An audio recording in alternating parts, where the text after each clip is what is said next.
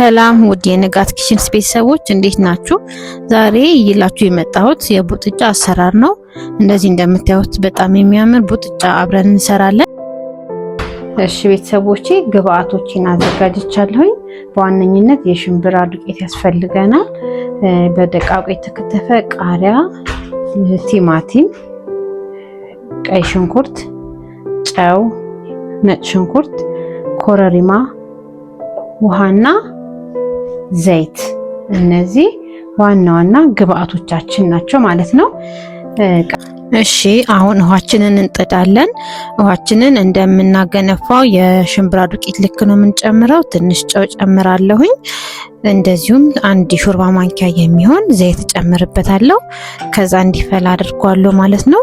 ልክ እንደዚህ ውሃችሁ ሲፈላላችሁ የሽምብራ ዱቄታችሁን መጨመርና ማገንፋት ነው።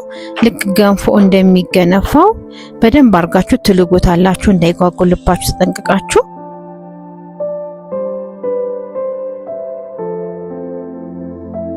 እና ቤተሰቦቼ እዚህ ጋር ማወቅ ያለባችሁ የምታረጉት ውሃ እንዳይበዛባችሁ መጠንቀቅ አለባችሁ።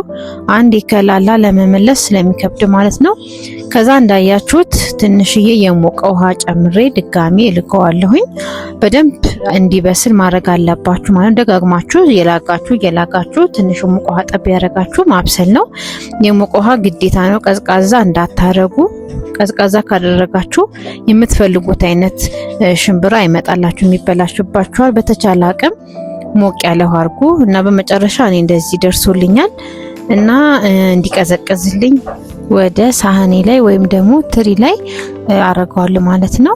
ሳህናችሁ ላይ ትንሽ ዘይት ቀባ ታረጋላችሁ። ከዛን እንደዚህ አድርጌ በማንኪያ ተጠቅሜ ጠፈጥፈዋለሁኝ። እናንተ ወዲያው ከሆነ በአስቸኳይ ከሆነ የምትፈልጉት ፍሪጅ ውስጥ ለ2 እስከ 3 ሰዓት ማስቀመጥ ትችላላችሁ። እንደዚሁም ደግሞ ቀስ ብላችሁ ከሆነ ረጋ ብሎ በራሱ የሆነ ጨርቅ ነገር ሸፈን አድርጋችሁ እንዲቀዘቅዝ ማድረግ ነው።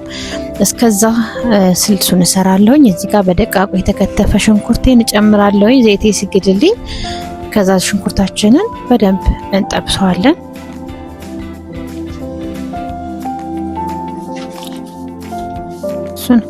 እና እንደዚህ ሽንኩርታችን በደንብ መብሰል እርግጠኛ ስንሆን በደቃቁ የተከተፈው ወይ ደግሞ የተፈቀፈቀውን ቲማቲም እጨምርና በድጋሚ ከሽንኩርቱ ጋር አበስለዋለሁ።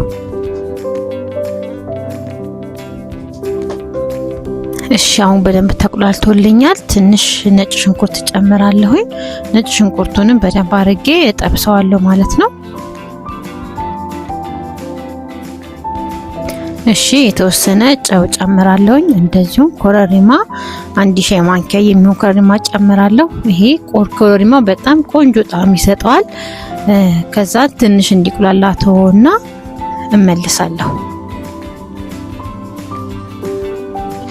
እሺ አሁን እንደዚህ ቀዝቅዞልኛል። እኔ የምጠቀመው የሽንኩርት መፍጫ ነው። እናንተ በመክተፊያ መክተፍ ትችላላችሁ። እኔ ግን ሽንኩርት መፍጫ ስራውን በጣም ስለሚያቀልልኝና እኩል የሆነ መጠን አድርጎ ስለሚሰጠኝ በሱ ነው የምጠቀመው። እንደዚህ አነሳ አድርጌ ቆራረጥኩት በኋላ እፈጫዋለሁ እና ይሄኛው በጣም ቆንጆ ነው። እሺ እንደዚህ ቆንጆ አድርጎ ፈሽቶልኛል። እንደዚህ እንደምታዩት እኩል መጠን ነው። ይሄንን አሁን ለመስራትም በጣም ቀላል ነው ማለት ነው።